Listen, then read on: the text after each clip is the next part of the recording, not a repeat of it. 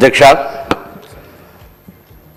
ఈరోజు ఇప్పుడే గౌరవ ముఖ్యమంత్రి గారు ప్రవేశపెట్టినటువంటి ఈ యొక్క నివేదిక, నిర్ణయం నుంచి నివేదిక 4వ తారీఖు ఫిబ్రవరి 2024 నాడు కేబినెట్ నిర్ణయం తీసుకుంటే, తిరిగి 4వ తారీఖు ఫిబ్రవరి 25 నాడు శాసనసభలో నివేదిక రూపంలో ప్రవేశపెట్టినటువంటి ప్రభుత్వం దీనికి సంబంధించి సహకరించిన ప్రతి ఒక్కరికి కూడా, ఎందుకంటే నిర్ణయం తీసుకొని కార్యక్రమం క్షేత్రస్థాయి దాకా పోయి పర్యవేక్షణ చేస్తూ అనేక రకాలుగా ఒడుదుడుకులు ఎదుర్కొంటూ ఈ కార్యక్రమం కొనసాగింది. అధ్యక్ష, ఇప్పుడే గౌరవ ముఖ్యమంత్రి గారు చెప్పిన ఈ కార్యక్రమం 1931 స్వాతంత్రంకు ముందు ఇటువంటి సమాచారాన్ని సేకరణ జరిగితే దాని తదుపరి ఏ బలహీన వర్గాలకు సంబంధించిన వాళ్ళు ఉన్నారో వాళ్ళంతా కూడా మేమెంతో మాకంత ఉండాలి, అసలు సమాచారం అన్ని కులాల లెక్కలేక రకరకాల ప్రభుత్వాల ఇష్టాప్రకారంగా పథకాలు వచ్చేటువంటి. అధ్యక్ష, కానీ ఎప్పుడైతే భారత్ జోడో యాత్రలో రాహుల్ గాంధీ గారు దేశం మొత్తం తిరిగినప్పుడు చాలా వర్గాలకు అసలు ప్రాతినిధ్యమే లేదు, చాలా వర్గాలకు సంబంధించినటువంటి అవకాశాలు రావాలంటే ఎవరెంతో వారికి అంత తెలవాలి, వారికి అంత రావాల్సిందే అనేటువంటి నినాదం ఇచ్చి ఎన్నికల్లో చెప్పడం జరిగింది. అధ్యక్ష, మేము కూడా తెలంగాణ ప్రదేశ్ కాంగ్రెస్ తరఫున manifesto committee chairman Sridhar Babu గారి నాయకత్వంలో ఆ రోజు కామారెడ్డి డిక్లరేషన్ కమిటీ బీసీ డిక్లరేషన్కి సంబంధించి చైర్మన్గా ఉండి మేము బలహీన వర్గాలకు సంబంధించి స్పష్టంగా మేనిఫెస్టో, జనరల్ మేనిఫెస్టోతో పాటుగా మా మేనిఫెస్టోలో పెట్టడం జరిగింది. ఈ కుల సర్వేకు సంబంధించి మా ప్రభుత్వం కట్టుబడి ఉందని చెప్పిన. అధ్యక్ష, 4వ తారీఖు నాడు క్యాబినెట్ అయింది, 16 నాడు ఇదే సభలో అందరి గౌరవ సభ్యుల సహకారంతో ఈ యొక్క తీర్మానం చేసుకొని పార్లమెంట్ ఎన్నికల తర్వాత ప్రత్యేకమైనటువంటి కార్యక్రమాల ద్వారా ప్లానింగ్ డిపార్ట్మెంట్, తెలంగాణకు సంబంధించినటువంటి ప్లానింగ్ డిపార్ట్మెంట్ చీఫ్ సెక్రటరీ గారి ఆధ్వర్యంలో, సందీప్ సుల్తాన్ గారి ఆధ్వర్యంలో ఈ యొక్క కార్యక్రమాన్ని 1,00,000 పైన ప్రభుత్వ ఉద్యోగులను, బయటి వాళ్ళనో లేకపోతే ఇంకోవరికి సంబంధించిన సమాచారం కాక ఇది ఒక ప్రభుత్వ ఉద్యోగులను వాడుకొని సమాచారాన్ని సేకరించిన. అధ్యక్ష, నేను ఈ యొక్క సభలో ఇక్కడ ఉన్నటువంటి ఇంతకుముందు గౌరవ ముఖ్యమంత్రి గారు కోరినట్టుగా పెద్దలందరికీ కోరుతా ఉన్నా, 1931 నుంచి సమాచారం లేదు, ఇలా సమాచారం వచ్చింది. సమాచారానికి సంబంధించి ఇంకా ఏదైనా సరి చేయాల్సిన అవసరం ఉంటే, ఇంకా ముందుకు పోవడానికి బలహీన వర్గాలకు సంబంధించిన న్యాయం చేయాలనుకుంటే దయచేసి సలహాలు సూచనలు చెప్పండి. తెలంగాణ ప్రభుత్వ బలహీన వర్గాల శాఖ మంత్రిగా ప్రభుత్వం సంబంధించి వాటన్నిటినీ బలహీన వర్గాల సంక్షేమం కొరకు తీసుకొని పోతాం. దయచేసి దీన్ని కూడా ప్రతిదీ రాజకీయం చేసినట్టుగా బలహీన వర్గాల ఆకాంక్ష ఇది. నేను ఇవాళ ఇక్కడి నుంచి ఈ వేదిక నుంచి కోరుతాను, తెలంగాణ బలహీన వర్గాల నాయకత్వం ప్రతి జిల్లాలో కూడా ఇవాళ ఒక స్వేచ్ఛగా భవిష్యత్తు కార్యక్రమాలను జరుపుకుంటామనేటువంటి ఒక ఆకాంక్ష వెలుపుచ్చాల్సిన అవసరం ఉంది. సంఘాలు కానీ మేధావులు కానీ ఇది గత కాలంగా చాలా కాలంగా డిమాండ్ చేస్తున్న వాళ్ళంతా ఇలా ఒక డిమాండ్ నెరవేరింది. సభలో చట్టబద్ధత ద్వారా లేకపోతే ఆ తీర్మానం చేసిన కూడా అడిగినారు, ఏం చట్టబద్ధత ఇలా కార్యక్రమం నిర్వహించుకొని ముందుకు వచ్చిన సందర్భంగా మేము ఒకటే అడుగుతాను, అందరూ కూడా దయచేసి ఈ యొక్క జనాభా వచ్చినటువంటి సమాచారాన్ని తీసుకొని భవిష్యత్తులో ఆయా వర్గాలకు ఎటువంటి న్యాయం చేయాలి, ఏం జరగడానికో ముందుకు తీసుకొని పోదాం. ఇవాళ చాలా మంది అంటారు, ఇవాళ చాలా బలహీన వర్గాలకు సంబంధించి ఒక మంచి రోజు అంటారు. ఈ రోజు నుంచి ప్రారంభమైంది శకం భవిష్యత్తు వాళ్ళ అభ్యున్నతికి సంబంధించి.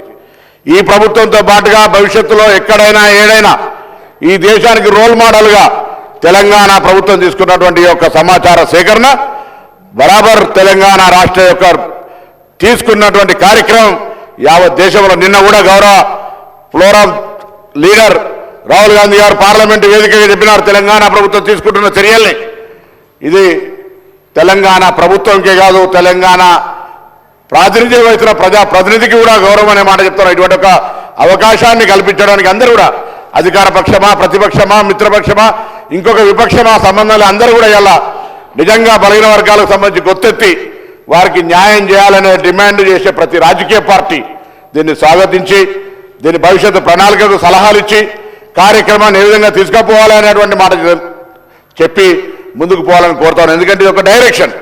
ఇలా నిర్ణయం నుంచి నివేదిక వచ్చిన తర్వాత ముందుకు పోవడానికి తీసుకునే రోడ్ మ్యాప్కు సంబంధించి సభలో చర్చకు పెట్టడం జరిగింది.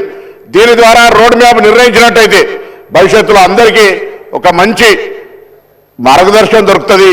ఈ సభ తెలంగాణ వ్యాప్తంగా ఎదురు చూస్తున్నటువంటి బలహీన వర్గాలందరికీ కూడా ఒక అవకాశం ఇచ్చినట్టు. అధ్యక్ష, నేను 1986 మురళీధరరావు కమిషన్ వచ్చినాడు విద్యార్థిని. అధ్యక్ష, నా మాజీ బీసీ వెల్ఫేర్ మినిస్టర్ కమలాకర్ గారు, ఇప్పుడున్న కేంద్ర మంత్రి బండి సంజయ్ గారు కరీంనగర్ సంబంధించి అందరం కూడా ఆనాడు కమిషన్ మూవ్మెంట్లో పాల్గొని నినదించినటువంటి వాళ్ళం ఇవాళ శాసనసభ్యులుగా ప్రభుత్వంలో ఉన్నటువంటి వాళ్ళందరం కూడా ఇది ఒక చట్టం, ఒక సేకరణ, సమాచార సేకరణ జరిగి భావి తరాలకు న్యాయం జరగడానికి ఒక ప్రతినిధిగా, బలహీన వర్గాల ప్రతినిధిగా ఇవాళ మా ప్రభుత్వం ఇచ్చినటువంటి అవకాశాన్ని ఈ కార్యక్రమం చేపట్టడం అంటే జీవితంలో ఒక గొప్ప కార్యక్రమం అనే మాట సందర్భంగా మనం దీనికి సంబంధించి మా నాయకుడు రాహుల్ గాంధీ గారు కానీ, గౌరవ ముఖ్యమంత్రి గారు కానీ, ఉప ముఖ్యమంత్రి గారు కానీ, కమిటీ చైర్మన్గా మాకు మార్గదర్శకత్వం చేసినటువంటి ఉత్తమ్ రెడ్డి గారు కానీ, సహచర మంత్రులు కానీ, గౌరవ ప్రతిపక్ష నాయకులు కానీ, ఇతర రాజకీయ పార్టీల నాయకులందరూ కూడా ఒక బలహీన వర్గాల మధ్య ధన్యవాదాలు తెలియజేస్తా ఉన్నా.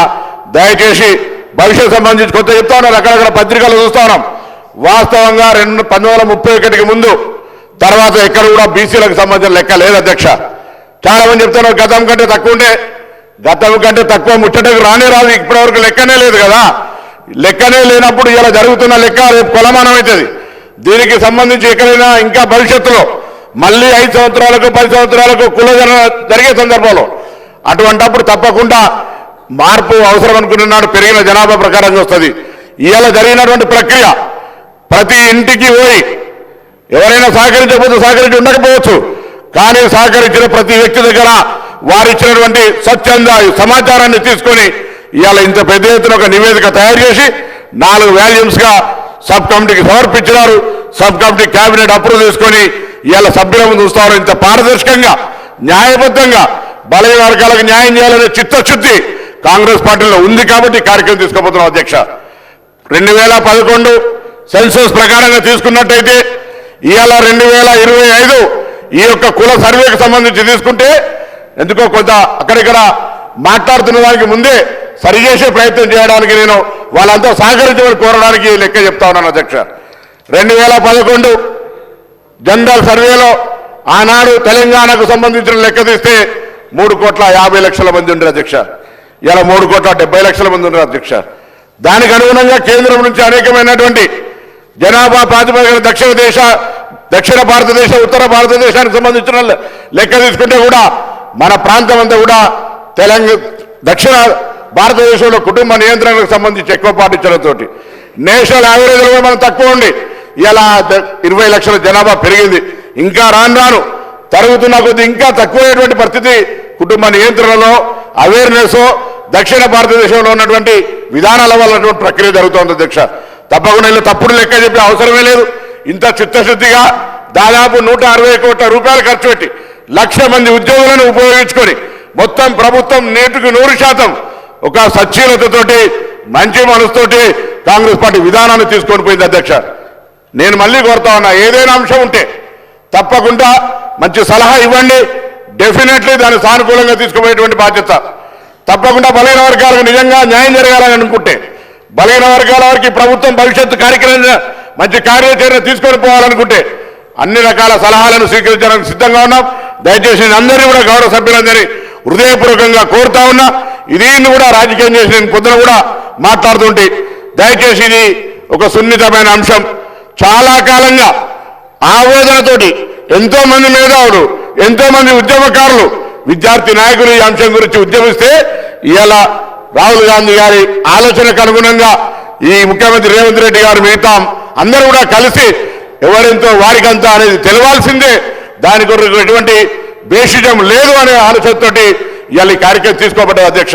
కాబట్టి దయచేసి సభాధ్యక్షులుగా మీరు దయచేసి ఇంతటి సెన్సిటివ్ ఇష్యూను అందరికీ బలహీన వర్గాలకు న్యాయం జరగాలనే ఆలోచనతోటి ప్రభుత్వం ఒక కార్యాచరణ తీసుకుపోయే సందర్భంలో దీన్ని కూడా ఏదైనా అటువంటి మిగతా రాజకీయ అంశాలను సంబంధం లేకుండా బలహీన వర్గాలకు న్యాయం జరగాలి, ఒక రోడ్ మ్యాప్ రావాలి, రాబోయే కాలంలో సాంకేతికంగా ఎటువంటి పథకాలు వీళ్ళకి అందించాలి, ఏం చేద్దామనే దాని కొరకు ఆలోచన చేయాలని సందర్భంగా కోరుతూ మీ ద్వారా గౌరవ సభ్యులందరికీ ఈ కార్యక్రమం నిర్వహించిన ప్రతి ఒక్కరికి కూడా మరొకసారి, ఎందుకంటే ఒక ఉద్యమ బిడ్డగా ఈ బలహీన వర్గాలకు సంబంధించినటువంటి నినాదంతో బలహీన వర్గాలకు న్యాయం జరగాలనే ఆకాంక్ష నెరవేరుతున్నప్పుడు దానికంటే మించిన సంతోషం ఇంకోటి ఉన్నది అధ్యక్ష. ఇవాళ తెలంగాణ వ్యాప్తంగా ఈ వేదిక ద్వారా, శాసనసభ వేదిక ద్వారా బలహీన వర్గాలందరూ కూడా ఇదొక మన మార్పుకు శ్రీకారం చుడుతున్న రోజుగా భావించుకొని అందరూ ఉత్సాహంగా కార్యక్రమాల లోపల ఉండాలని కోరుకుంటా ఉన్నాం. అందరూ ఈ కార్యక్రమాన్ని పార్టీలకు అతీతంగా ప్రతి ఒక్కరు బలహీన వర్గాల బిడ్డగా 10-20 సంవత్సరాల నుంచి ఇది కావాలి కావాలి కావాలని అడిగిన వాళ్ళంతా ఇలా రావడాన్ని స్వాగతిస్తూ ఏదైనా ఇంకా అవసరం అనుకుంటే సలహా సూచనల రూపంలో ఏమని చెప్పి సందర్భంగా ఈ సభ వేదిక ద్వారా అందరినీ కూడా కోరుతూ బలైన వర్గాలకు న్యాయం చేసినటువంటి ఈ ప్రభుత్వానికి హృదయపూర్వకంగా కూడా నేను అందులో భాగస్వామి అయినప్పటికీ కూడా ఇటువంటి ఒక గొప్ప నిర్ణయం తీసుకోవడం, చారిత్రాత్మక నిర్ణయం తీసుకోవడం, ఆ నిర్ణయంలో మంత్రిగా, సబ్ కమిటీ సభ్యుడిగా, ఆనాడు పార్టీ నాయకుడిగా, దీనికి సంబంధించినటువంటి డిక్లరేషన్ చైర్మన్ గా ఈ రోజు నివేదికకు సంబంధించి ప్రభుత్వం ఇస్తున్న దాన్ని అమలు చేయడానికి సంబంధించిన కార్యాచరణలో భాగస్వామిగా సంతోషంతో నేను అందరినీ కూడా ఇటువంటి భాగస్వామ్యాన్ని పొందమని, ఒకవేళ ఎవరైనా అప్పుడు మేము చేయలేకపోతే అయ్యో దీనికి పేరు వస్తుంది దానికి పేరు వస్తుంది ఏం అవసరం లేదు, ఇది మన వర్గాలన్నిటికీ న్యాయం జరిగే కార్యక్రమం కాబట్టి ఆ వర్గాలకు న్యాయం చేయడానికి ఒక రోడ్ మ్యాప్ని ఇచ్చే విధంగా సలహా సూచనలు ఇవ్వాలని గౌరవ సభ్యులందరినీ హృదయపూర్వకంగా కోరుతూ నమస్కారం చెప్తున్నా అధ్యక్షుడు.